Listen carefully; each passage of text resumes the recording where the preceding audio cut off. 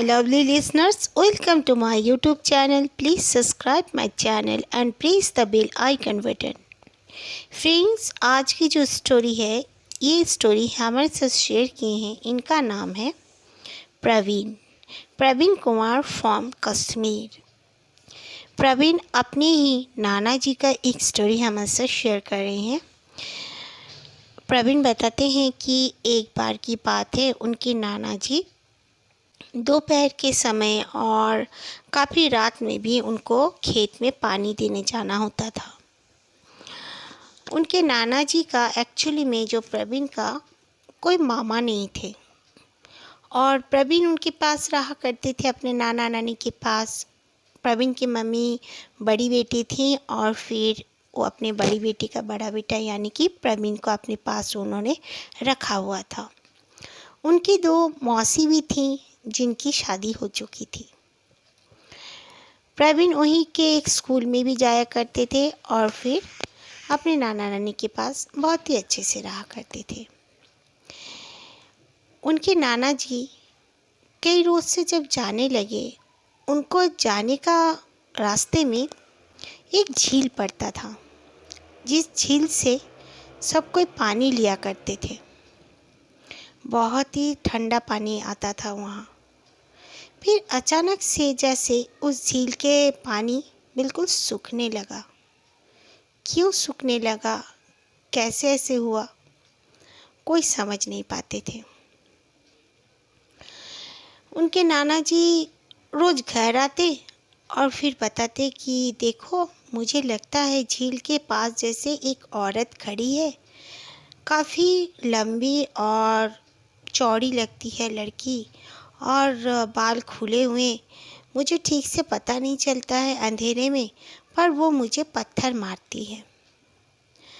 तो उनके घर वालों ने यानी कि प्रवीण और उनकी नानी माँ, ये लोग बोलते थे कि ऐसे कैसे हो सकता है, वहाँ पर तो बहुत से लोग गुजरते हैं वहाँ से।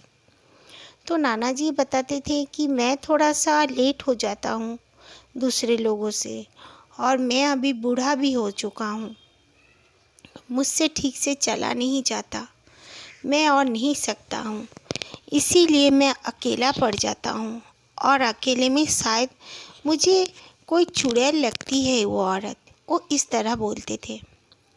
लेकिन प्रवीण बताते हैं कि प्रवीण उनके बात पे इतना यकीन नहीं करते थे और उनकी नानी भी। फिर एक दिन उन्होंने कहा प्रवीण को कि तू मेरे साथ चलना, देखना कि वहाँ पे कौन है क्या है, उसके बाद ही तुम नानी और नाती दोनों मुझ पे यकीन करोगे। तो प्रवीण एक दिन चला गया। वो दोपहर के समय तो नाना जी के साथ जाता था, बट रात के समय में वो कभी नहीं जाया करता था, क्योंकि सुबह उसको रोज़ स्कूल जाना पड़ता था। वो अपने नाना जी के साथ जब गया तो देखा वहाँ पर कुछ भी नहीं था, ना ही कोई औरत और ना ही कोई पत्थर मार रहा है। उसने कहा, कहाँ नाना जी, कोई भी तो नहीं है, आपको कोई वहम हुआ होगा। तो उन्होंने कहा कि देख बेटा, मुझे 1 महीने से वहम नहीं हो सकता। मैं वाकई में जब भी मैं थोड़े से पीछे रह जाता हूँ अकेला, तब भी मुझे कोई पत्थर मारता है। लेकिन उनके साथ साथ जब मैं चलते रहता हूँ अगर, तो मैं ऐसा कुछ भी फील नहीं करता। और वो लोग को मैं बताता हूँ, वो लोग मेरे साथ आते हैं, वो लोग भी देखते हैं, तब कोई पत्थर नहीं मारता है। तो ऐसे बोलते बोलते एक दिन अचानक उनके जो दादाजी थे, उनका बहुत सा तबीयत ख़राब हो गया। ख़राब होने की वजह से उनको डेथ भी हो गया। तो उनकी नानी माँ और प्रवीण दोनों अकेले रह गए और प्रवीण को ही अब खेत में जाना पड़ेगा। तो प्रवीण क्या किया, अपने नाना जी के ठीक वक्त पर ही वो निकल पड़ा। वो उन लोगों के साथ ही जाया करता था। उनकी नानी माँ कहती थी कि अकेला मत जाना बेटा। एक दिन प्रवीण कभी लेट हो गया और वो अकेला जाने लगा। तब प्रवीण देखता है कि वाकई में वो औरत खड़ी है और जैसे उसकी आँखों में आँखें नहीं हैं, बल्कि अंगारे जल रहे हैं। प्रवीण को बहुत अजीब लगा। उसने देखकर भी अनदेखा कर दिया और अपने रास्ते आगे बढ़ गया। उसने आसपास के जो लोग थे उसके, उन लोगों से उसने इस बात की जिक्र भी किया। उन लोगों ने कहा कि बेटा ऐसा तो कुछ नहीं है, कोई जानवर वगैरह होगा झील के पास। लेकिन प्रवीण को पता लग गया था कि उनके नाना जी झूठ नहीं बोल रहे थे। फिर एक दिन दोपहर का समय था। प्रवीण को बहुत गर्मी लग रही थी। वो अपने खेत में काम करते करते उसे लगा कि मैं थोड़ा सा नहा कर आ जाता हूँ। सामने तो झील है, ठंडे पानी से थोड़ा सा नहा लूँगा तो मुझे अच्छा लगेगा। लेकिन झील का पानी एक तरफ पूरी तरह सूख चुका था और एक तरफ कुछ पानी था जो कि कमर तक ही आता था। लेकिन उससे पहले झील पूरी तरह भरी रहती थी और कोई भी उसमें पैर भी देता तो घुटने तक आ जाया करता था। प्रवीण वहाँ पानी में जब अपना डूबने लगा, अपना नहाने लगा, तो लग रहा था बार बार उसके साथ उसके पैर में जैसे कोई खींच रहा है अंदर से। वो बार बार अपने पैर को उठाता और फिर जैसे कोई खींचता। वो सोच रहा था कि क्या मेरे पैर में बार बार लग रहा है। तो वो जब दौड़ के अपने साइड में जाने लगा तो देखा कि उस जिस जगह में था वहाँ पर एक जैसे सर दिख रहा था, वो भी एक औरत का सर। फिर धीरे धीरे वो औरत उठी और काफ़ी हद तक अपना सर को उठा ली थी। उसने वो देखकर काफ़ी डर गया और उसने आगे पीछे नहीं देखा, अपने कपड़ों को उठाया और बहुत ज़ोर ज़ोर से चीखते चिल्लाते हुए अपने खेत की तरफ दौड़ गया। फिर आदमियों से कहा कि मैंने आज उस तरह देखा है। तो उन लोगों ने कहा कुछ तो बात होगी, इसीलिए लड़का बोल रहा है। फिर उन लोगों ने क्या किया, कहा कि हम लोग छिप कर रात को देखेंगे। कुछ लोग गए। जाने के बाद कुछ लोग बहुत ही पीछे खड़े हुए थे और एक आदमी, काफ़ी वो साहस वाला आदमी था और पहलवान भी कहलाता था, वो उस रास्ते से गुजरने लगा।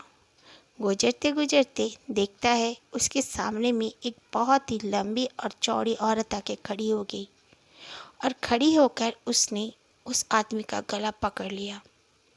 वो आदमी ज़ोर ज़ोर से चिल्लाने लगा, लेकिन उसकी आवाज़ कोई सुन ही नहीं पा रहा था।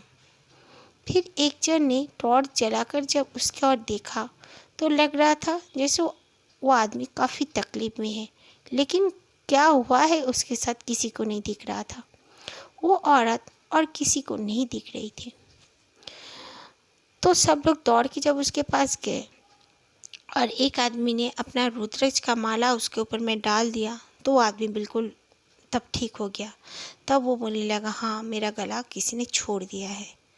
तो सब ने ओम नमः शिवाय, ओम नमः शिवाय ज़ोर ज़ोर से बोलने लगे और कहने लगे कि इस झील में ज़रूर कुछ है, इसीलिए हर किसी को इस तरह वो परेशान कर रही है।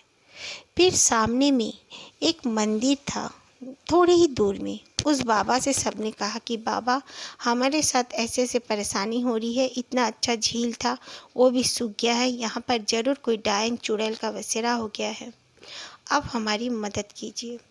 तो बाबा जी ने कहा ठीक है मैं देखता हूँ। वो बाबा जी आए। आने के बाद उन्होंने देखा और कहा कि हाँ यहाँ पे एक चुड़ैल रहती है। एक नहीं, यहाँ पर कई चुड़ैलें और डायनें बस चुकी हैं। आप लोग यहाँ से जाना छोड़ दो क्योंकि मैं उन्हें नहीं भगा सकता।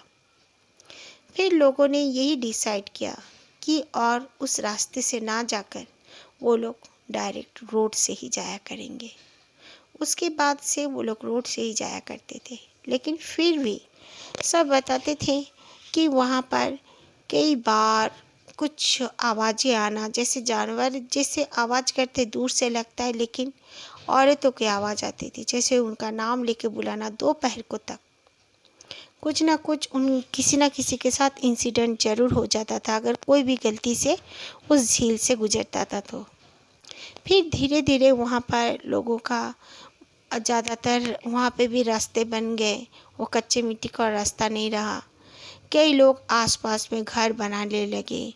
फिर वो झील अपने आप ही भरने लगा और फिर सबने सोच ही लिया कि शायद उन लोगों का जो वहाँ पे बसेरा करके रहते थे चुड़ैल डाइन, वो लोग सब वहाँ से चले गए, क्योंकि वहाँ पे इंसानों का बस्ती बन गया।